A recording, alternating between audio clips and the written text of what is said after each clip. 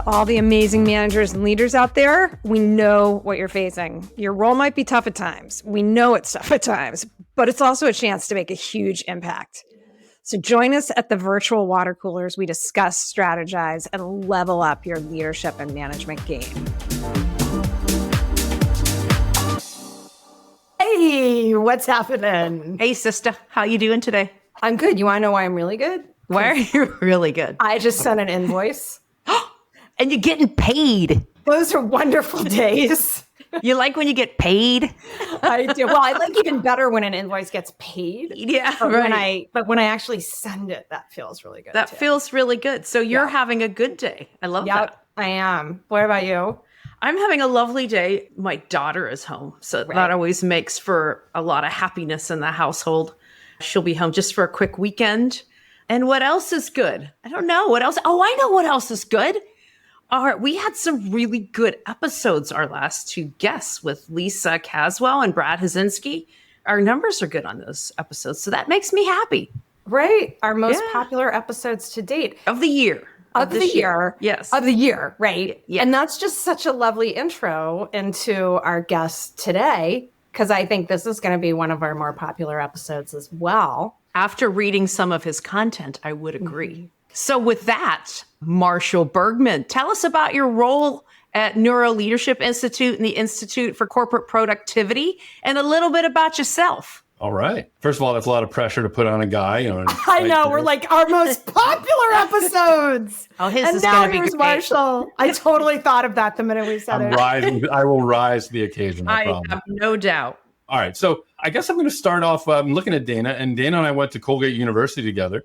So I'm going to start off there. And I'll start off there because I studied philosophy and religion. And I think if you understand that I studied philosophy and religion, you're going to learn a couple things about me. So number one, first of all, shout out to liberal arts education. I can't tell you how many times when I was studying and adults asked me, what are you going to do with that philosophy and religion major? And I said, I don't know, but I'm learning a lot of really interesting things about people around the world and how it works. It's led to a really fascinating, awesome career for me. So that's one thing about it. Second thing is, why did I study philosophy and religion? Because ultimately I wanted to understand what makes people do what they do. What are our underlying belief systems? What leads people to behave the way they do? What leads people to operate in organizations the way they do? And somehow from that kernel, I ended up in this great, crazy world of HR that, all three of us live in right now. And honestly, if someone had told me you're going to love a career in HR back when I was in college, I would have said they were crazy, but it's been terrific. So that's sort of how I got into this space. And so what have I done at NeuroLeadership Institute and the Institute for Corporate Productivity? I work with CEOs, CHROs to help them create cultures that drive high performance. We really focus on three things. What's the vision? What's that clear cultural North Star for the company? What do we want to be? Why are we here? Why do we exist? Number two, tapping into the individual motivations of people in the organizations. Organizations are made up of people. If you don't understand why people do the things they do, they can't be very effective. And then last but not least, and this is probably the hardest part, is behaviors. What are the shared behaviors, the shared norms, the habits, the rituals that an organization needs to have in order to create the results they want, create the culture it wants? So that's what I do at NeuroLeadership. That's what I do at I4CP, and it's been a lot of fun. You would be a really super fun conversation about our current environment, but we won't go there on this podcast. Part two. If this one's as popular as corporate will be, we'll have a part two. We'll do a part two.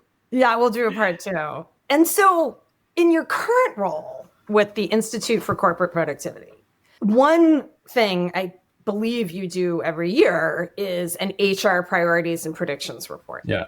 And I was flipping through that for 2025, and I saw that leadership development and workplace culture were top HR budget priorities. And I love that you added in budget, by the way, because so many people are like, this is a priority, blah, blah, blah. But if there's not resources behind it, then is it really, is it really a priority? So I found that interesting, though. And I mean, I know you took the data before the actual year of 2025, but still, it's been a pretty crazy couple of years. And yet people are still planning to dedicate budget to leadership development and workplace culture. And so I'm just curious, tell us a little bit more about that specifically. Like, why do you think over half the companies are prioritizing and putting money behind that? Yeah, it's a great question. I think something shifted over the last 10 years and maybe something shifting a little bit back, but I don't think the momentum is going to change. I kind of actually pointed back to the moment when Satya Nadella at Microsoft went to his board of directors and said, the leading indicator of the success of our transformation is going to be our organization's culture. So Satya Nadella took over as CEO, literally went to his board of directors and said that, which I think in the years of Jack Welch, 30, 40 years, no leader would have done anything like that, but Satya did it. And then he turned Microsoft into the most valuable organization in the world. Literally is the most valuable organization by market cap. Maybe NVIDIA topped it in the last couple of days or whatever. But through that journey, by betting his career and his company on culture, he turned into the most valuable company in the world. And I think that caused CEOs and leaders to stand up and take notice. And they realized that this is not just a soft woo-woo topic that HR leaders need to think about, but it's actually something hard that can drive real results. And so our research at the Institute for Corporate Productivity, we're always focused on identifying practices in organizations that lead to higher revenue growth, market share, profitability, and customer satisfaction across a 5-year period. So we look at organizations that outperform their peers over a 5-year period across those criteria, and we identify what are the people practices that they're implementing that are leading to those results. Culture has always been on the top of the list as a driver, but sometime in the last 10 years, I also think COVID had a little bit to do with it as well. People started to realize that people matter, and organizations started to direct money, as you described, money and resources equals actual value. So they started to direct money and resources to that. That's one piece. And if you can follow through the research, some of the research that we've been seeing really even highlights this. So I don't know if you've been aware, but boards of directors care a lot more about culture these days as well. So we did some research on that. So there's a organization, NACD, the National Association of Corporate Directors, and they wrote a paper. It was about 7 years ago now, culture as a corporate asset. That's a pretty bold statement for a group that helps boards be effective to make. And what boards have started to do is they started to ask their organizations, how is my culture? How is our culture? How are we doing? And they used to just trust the CEO. But after incidents like with Boeing and Wells Fargo and Uber, where billions of dollars of value was destroyed, boards have started to take notice. And so one of the statistics that we found in our research is that organizations where boards care about culture are 2 times more likely to be high-performing organizations. So if your board's not asking you about your culture, you probably have an unhealthy culture, and you're probably not going to perform as rest of the peers. So that's some interesting data there. Rose is the corporate director, or on boards anyway. I can confirm that. Like, whether it be the exercise of going through the organizational health data, and I don't mean like the old school versions of it. It's truly, I would say, an evolved, trackable, action-oriented set of conversations. And on both public company boards that I'm on, it's absolutely a topic of conversation. And we really auger in on it because everybody realizes that culture sets the pace. I had no idea you were on boards, and I love that. Now I'm going to come have you on one of my podcasts when we talk, because one of the mysteries for my clients who are CHROs is, what do boards want to know, right? And so that's a really interesting dialogue to have as well. And our recommendation is, it's in your best interest as a leader to tell your boards what you want them to know, right? If you start to define that and have that conversation with the board of directors, you're going to end up with much more value created from those conversations about cultures. That's really cool that you all are doing that. And I love hearing that you're doing that as well. Yeah, we're even seeing organizations put in place what we call, culture scorecards. It's almost akin to, again, I have an MBA, and I remember when I took my MBA classes, I was in all the finance courses, they were all full. But when I went into the leadership classes, they were like empty. There was like crickets there. No one was taking leadership. No one was focused on culture. But what happens when all these leaders go get their MBAs? They learn a common language of finance. When they talk at the executive team meeting, they say, our cost of goods sold is down. They know what that means, and they know what actions to take. We don't have that same language around culture at the executive level or at the board level, right? At any level. Yeah, at any level. And honestly, like that, so I think I was talking with you about this, Dana, before, is I used to be angry about that. I was like, why don't they know? And now I'm a little bit more empathetic. Like, leaders don't know. They don't know what to do when some of these culture metrics are either spiking or dropping. And we as, leaders in the HR world need to really help them understand, hey, this is what this metric means, and here's the sorts of actions you take in order to address it. So I think we need to be a little bit empathetic to the fact that they don't know, but then we also need to put those numbers in front of them. And as you mentioned, Rose, create these habits and routines to evaluate them and then take action. That's a lot of the thing that we're seeing. Can I tell you the quickest side note? I was delivering a workshop on Tuesday on psychological safety. Morning was all the people managers in the organization, and afternoon was individual contributors.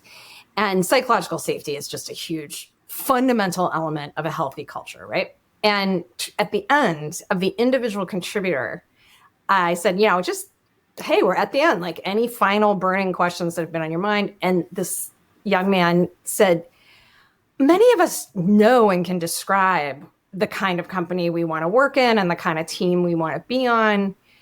And that goes for the managers as well. But so why so often do we see these dysfunctional teams happen?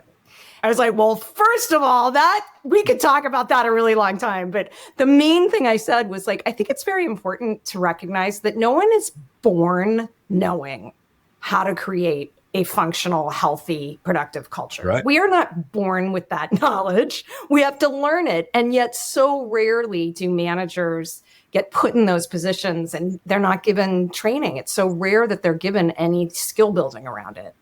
So anyway, it just ties to your point, Marshall, that like, we don't know what we don't know. Well, just a couple comments based on the response to your first question. I was at Intel for 33 years. And obviously, we have very tight relationships with Microsoft. And one of the things that started to filter through Intel was a very prominent Microsoft saying, and I'm not sure that he would say it publicly, but it was pretty pervasive in the fiber of their culture, which was the no assholes rule. And I won't forget that. I mean, you're not pulling punches, you're not rapping flowery language about it. It was just an expectation of behavior in the workplace. So I was really appreciative that you brought up Microsoft as your example. And then second, around, having conversations around, like, what do you do when you talk about culture? Just to share some of the Intel approaches back in the day, we would do our culture survey, and then we as leaders had to share it with our organizations. And then we as leaders had to hold sessions on the Paretos that we wanted to drive improvement. And then we as leaders were measured on our improvement on those attributes that could use some help, love, attention, and support. So, you measure it, you act it, you measure it again. So Marshall, I want to hear from you because I worked at Intel. That was my formative kind of world. And then I have gone on to work in a bunch of different industries and different companies. And most of them don't do what Rose just described. And I'm curious from your perspective, what you see. Yeah, I mean, it couldn't have been a better lead into what some of our other research is showing, which is great organizations. So these high performing organizations are starting to measure not just the results that leaders get from a performance perspective, the KPI perspective, but how they get those results. So, basically the no asshole rule. So if you get the results and you leave a trail of bodies behind you, you will not be rewarded as well as if you get great results and you leave a group of energized, excited people that are talking about how great your organization is, right? That's exactly what happens. So so what we're seeing in organizations are leaders' performance goals are being tied not just to what they do, but how they do it. And, organizations like Intel, organizations like Microsoft, they were on the cutting edge of that. And I also will say too, it's not fair to just say, hey, you need to do this. Going back to your point, Dana, we need to actually train leaders in how to do these things as well. So those are two pieces of the coin, right? You need to set a goal for them and then give them the tools to be effective. And just like you would do in a regular business process, good leaders will step up to the plate and they'll do what's needed. And if they see that it helps them be successful and they see they're being rewarded for it, they're going to focus on it. So again, it goes back to your earlier point, time, attention, money. If you focus on these things, people will pay attention to it and people will do them.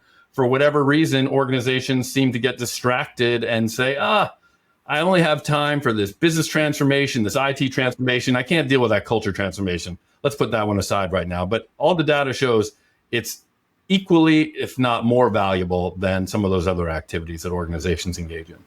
Speaking of that, AI. Yeah, well, let's talk about, I love the data that you shared relative to the budgetary focus on culture.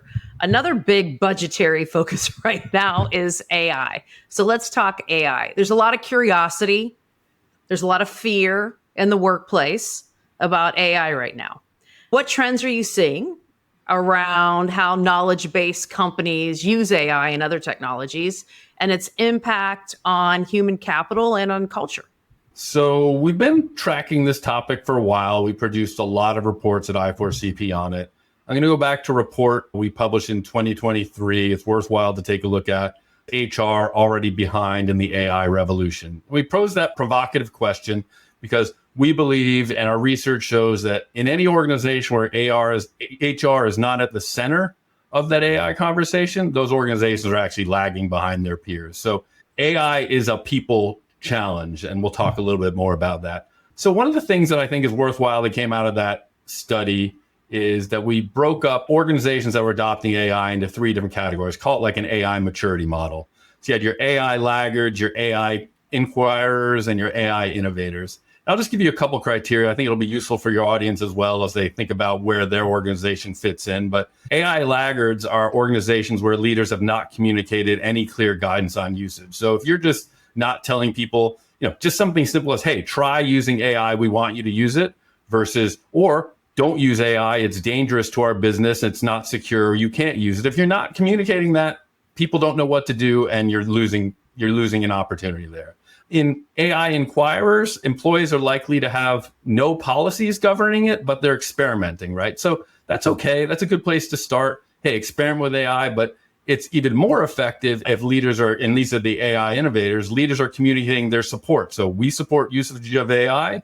We want you to experiment, and here's where we want you to experiment. These are the sorts of results that we're looking for as we use AI. So if you think about that the field of AI is constantly changing. Every time we write a report, it's out of date a month later. But I think just thinking about those sort of three concepts, AI laggards who are just don't even have any policies or any communication around it, no leadership input into it, AI inquirers, letting people experiment, telling them it's okay, and then AI innovators giving people clear direction. Those are the three categories that we identified. And organizations are slowly moving towards the AI innovators, but HR has got a big part in that as well. So that's one piece of our research I think is pretty interesting. Second piece of research that's specifically around HR is every part of HR is going to change due to AI. We did a survey of how organizations are applying AI to HR practices today, and 58% were changing learning and development, 57% were changing people analytics, 54% talent acquisition, 46% employee experience, et cetera, et cetera. It goes down the list. Future use, performance management, well-being, labor scheduling, succession, benefits. So it's going to move into everything. And so if you're an HR leader and your team is not experimenting with HR, you are going to lose the respect of your peers on the executive team because they're going to think you don't know what you're talking about, right? So HR needs to be not just experimenting and developing and improving their own processes, but they need to be seen as a leader in the organization doing that if they're going to get a seat at the table for the HR conversation. And what about the fear that we hear about in the just general workforce in an organization? Like, is this going to replace my job? Are you seeing anything sort of tangible from a research point of view around that?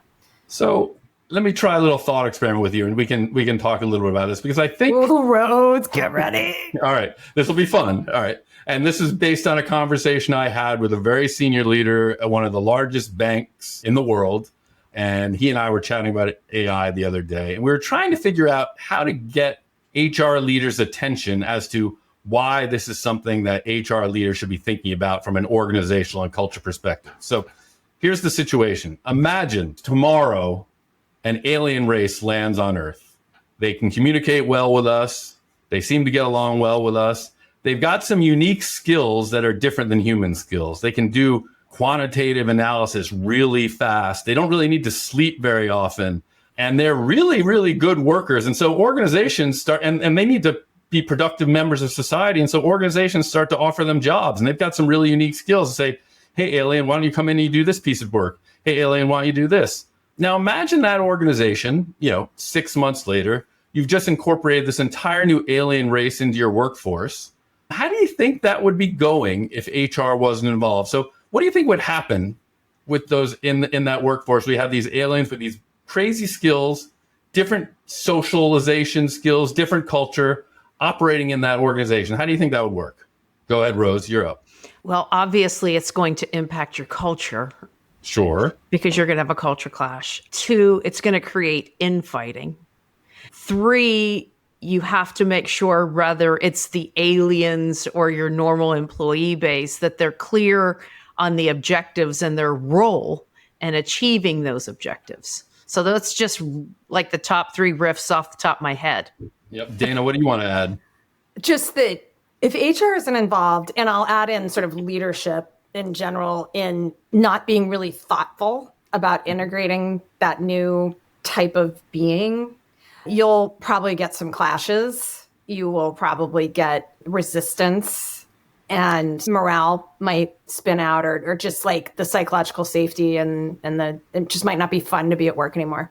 Yeah. So I could imagine the human workers trying to undermine the aliens, right? Because they're threatening their jobs. I could imagine when the CEO asked, hey, how do you like these new alien workers? Oh, they're terrible. They don't understand. Stink. Right. They've got no personality. Exactly. They can't be trusted. Yeah, I know. They get the work done, but you can't hang out with them, right? And All it's these not things. good work. Right. Obviously, spoiler alert, the aliens here are Gen AI, right? But that's literally what's happening in our organizations right now. We're literally introducing a new type of worker into our environments. And when you do that, HR needs to be involved, right? And HR needs to plan for that. And consider the other option. Imagine if only IT was involved in that engagement, in that integration. What would the technology team care about? They would be thinking about... You'd have no humans. Right. Yeah, they'd be thinking about this. They'd be thinking about these aliens as a tool, not as another worker, right? And so what I would posit here in this situation is we need to partner together. AI is a tool, but it is also a new type of worker. And we need to find new ways of working together with AI. And that's literally what we were put on this earth to do in the HR profession, getting different groups of people to work together, be effective, collaborate, leaders for them, et cetera. And so to me, it's like a fundamentally thrilling and exciting challenge that I never even thought we'd have the opportunity to explore, but I'm really darn excited about. So Dana, I know I didn't answer your question about fear, but I think the quick answer is that's where the fear is coming from, right? Like I've got this threat to this, human beings don't particularly like change.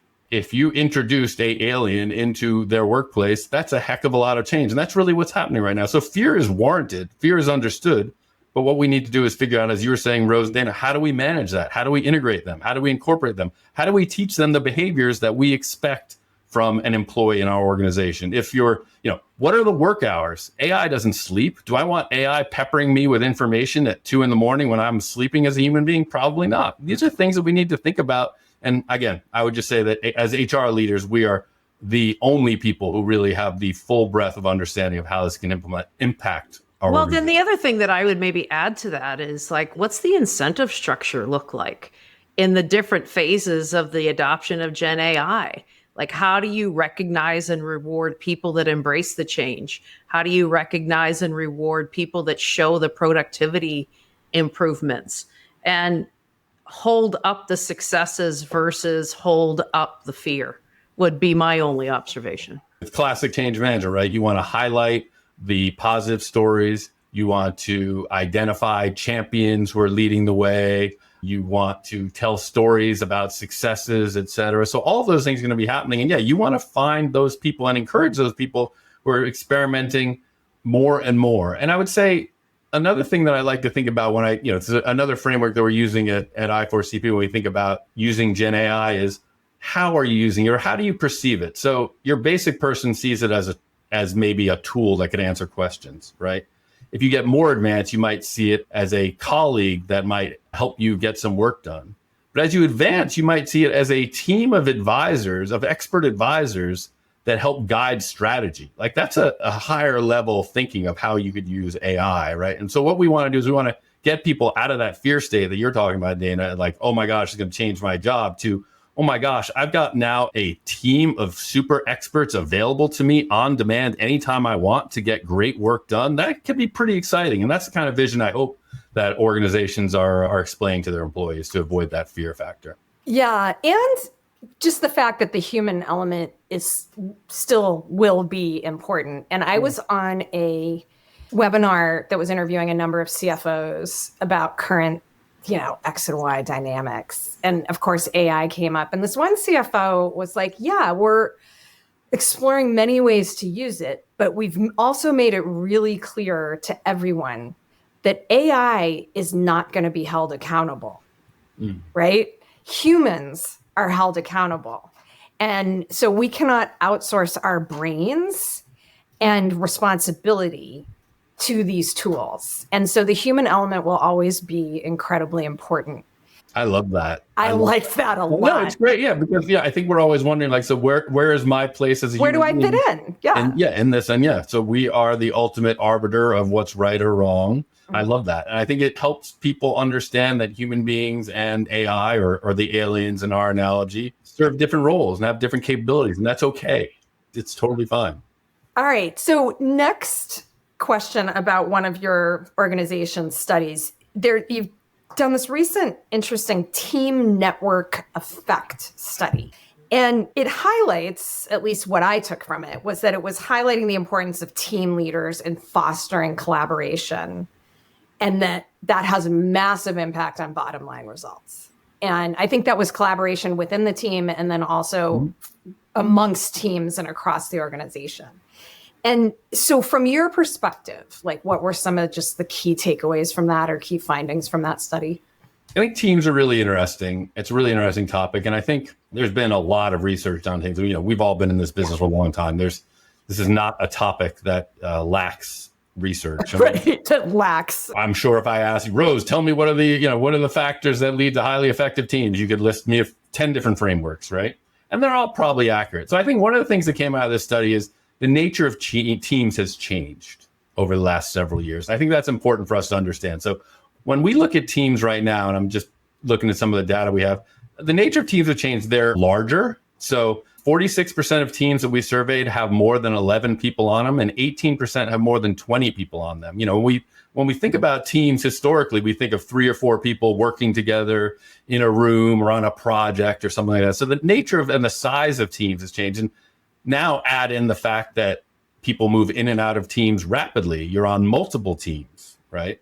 And add in the fact that these teams are located in various different locations, time zones, et cetera, and are hybrid, virtual. So 84% of teams meet mostly virtual and hybrid, according to our research. So the nature of teams is very different. Yeah, and that requires us to think about the role of a team leader differently. And that's what we really focus on. So what can a team leader do to make that team more effective?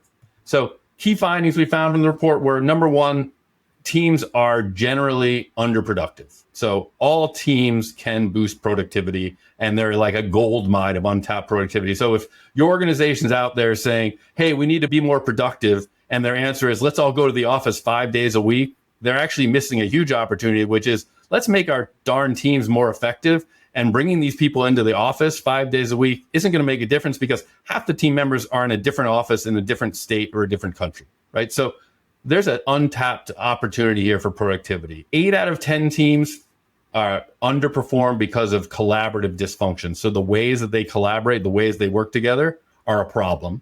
And then when teams are effective, it's because the team leader takes some specific steps and architects some interactions between the team that make them more effective. And we'll get into that in just a moment. So that was the findings that we had. So teams are different. They're untapped gold mines of productivity, and the leader needs to do some specific things to make them effective. Now, if you want to talk about what those practices are, we came up with a list. So we did some research and we looked at teams, and basically going back to your comment earlier about the benefit, we studied 2 organizations. One was Roche, the pharmaceutical company. When they did this work on teams, they generated an additional $200 million worth of revenue by increasing this team productivity using these traits. And then the other one was a consulting firm, and I don't have the exact numbers on the amount, but the team effectiveness from business development went from like 25% to 65%. So again, big, huge increases. And here's some of the things that that leader needs to do every day. I'll start from the top. Most important, rapidly integrate newcomers to the team. So think about a team that you've joined recently. what did they do to integrate you? I literally had this meeting yesterday with a team member of mine, and I just realized I did a terrible job integrating him. We just started talking about the project, assumed he knew what we were talking about. I mean, we did a terrible job. So I failed already on the first one. Reward collaborative behaviors. So if teams are collaborating well, the leader needs to call that out and reward those behaviors as well. Facilitate connectivity across silos. So one of the problems that teams have is that they operate sometimes well amongst themselves, but they don't have connections to other departments as well. And then this is my favorite one, and I'll pause and get your reaction. Shield team members from collaborative overload. So I don't know about you, but I sometimes feel like I'm on way too many teams. I get way too much input, and it just overwhelms me. And so one of the things that leaders can do is shield them from that overload or shield them from over-inclusivity. A lot of people think, well, the more I CC people on emails, the more useful it is.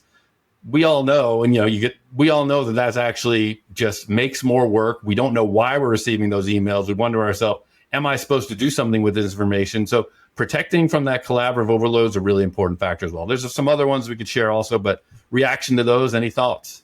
Well, Dana has heard this story, Marshall, but I had a method that I often used with teams that I was either moving into or a lot of the members were new.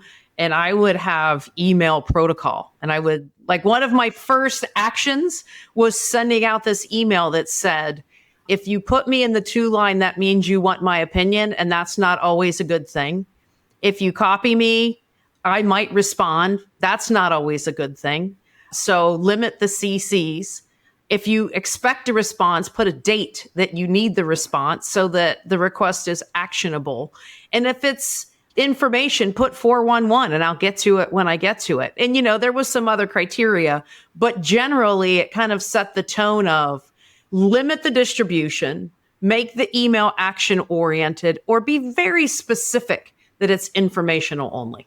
Absolutely. I mean, that's just a great example. And we have countless examples just like that one of best practices that leaders are using to create these things. And that's exactly the sort of habit, ritual, behavior that an organization needs to implement in order to get that team being more collaborative. And most organizations are not doing those things. And we've shifted from a world where we were operating in an office, meeting on a regular basis, smaller teams, all those things, where some of those rules that you're talking about, Rose, they didn't matter as much. And what I find interesting is that people keep wanting things to go back to the way they were, because it's not because it was better. It's just because they knew the rules, right? And like your example, Rose, is great because you created new rules for the new world that you're operating in. And I think that's what we're seeing leading organizations do, is saying, hey, this is the world I live in. We're on multiple teams. Teams can be huge, et cetera, et cetera. So we need to create a new processes, new procedures, new rules so that we can be more collaborative. So that's exactly what we need to do. And to your point, that was an example of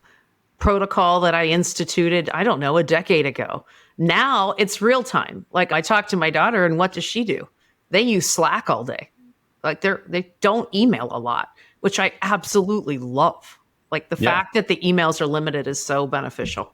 And what's the purpose of Slack? Do we send Slack because we want a quick response, and we send an email when we want an official decision, right? I mean, these are rules that people are not thinking about. Go ahead, Dana. Exactly. Well, yes, now there's new tools like Slack and so on, but then I hear so often people are trying to do really complicated things in Slack, and it wasn't made for that.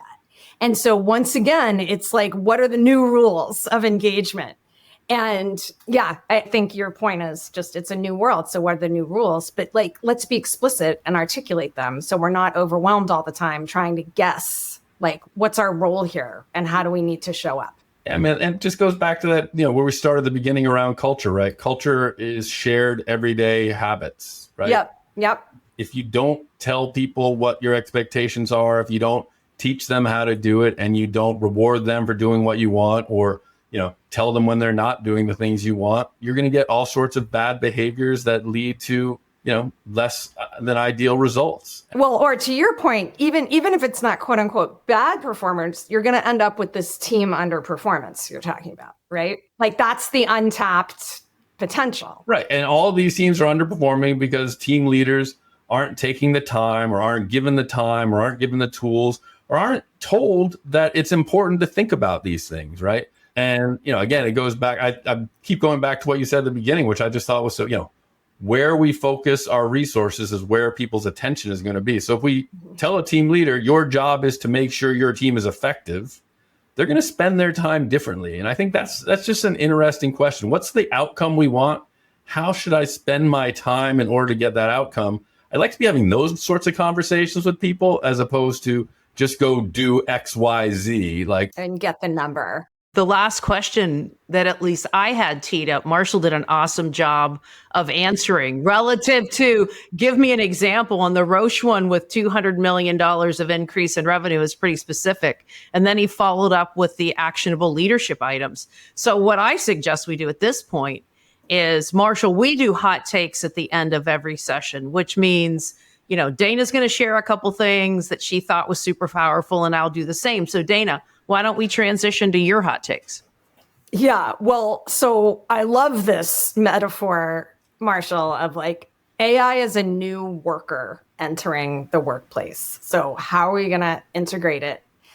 The whole thought experiment just really was, I thought, spot on, and a really new and productive way to think about it. So I love that. And some of the stuff you just said about kind of there's so much potential on teams that hasn't been tapped yet due to some of these overload issues, or the fact that just norms and rules of the road haven't been articulated. So mine are real straightforward. One, I love the amount of data that you brought to the conversation. The specificity in the research was really, really powerful. So that's point one. Point two, I loved your point about common language, that we have to create a common language relative to leadership, like we do with other attributes in the business. And your example was finance. And then finally, I love the specificity of the actions that leaders can take to improve the productivity of teams. And I'm going to repeat them for my own benefit and hopefully for listeners' benefit. And if I screw them up, Marshall, put me back on track. Rapidly integrate newcomers, reward collaborators, connect across silos, and shield from collab overload. You got them. Love it. Really, really actionable. And I just loved it. So from my perspective, I'm just feel completely blessed that we've had you on the pod today. Thank you for all your data and insights. I'm an engineer by education, so I love me some data. So thank you, and appreciate your time. Dana? All right, Marshall. Well, thank you for doing this. Really appreciate it. And you and I know we'll be in touch sometime soon. Just really appreciate you taking the time out of your busy day. Well, yeah, you guys are awesome. I love the dialogue. Rose, I'm coming back to you for some Come back, buddy. Come back. Maybe we can get you coaching some of our CHROs on how to talk to boards about culture, because you sit in that unique space. We've been on both sides of things. So that's really great. And Dana, always awesome seeing you. It was lots of fun. I'm so glad that you brought me on. And hopefully, if I can't be number one, maybe we'll get top 5 in terms of. Right. We'll get them in the You'll top be there. 5. We'll make sure of it.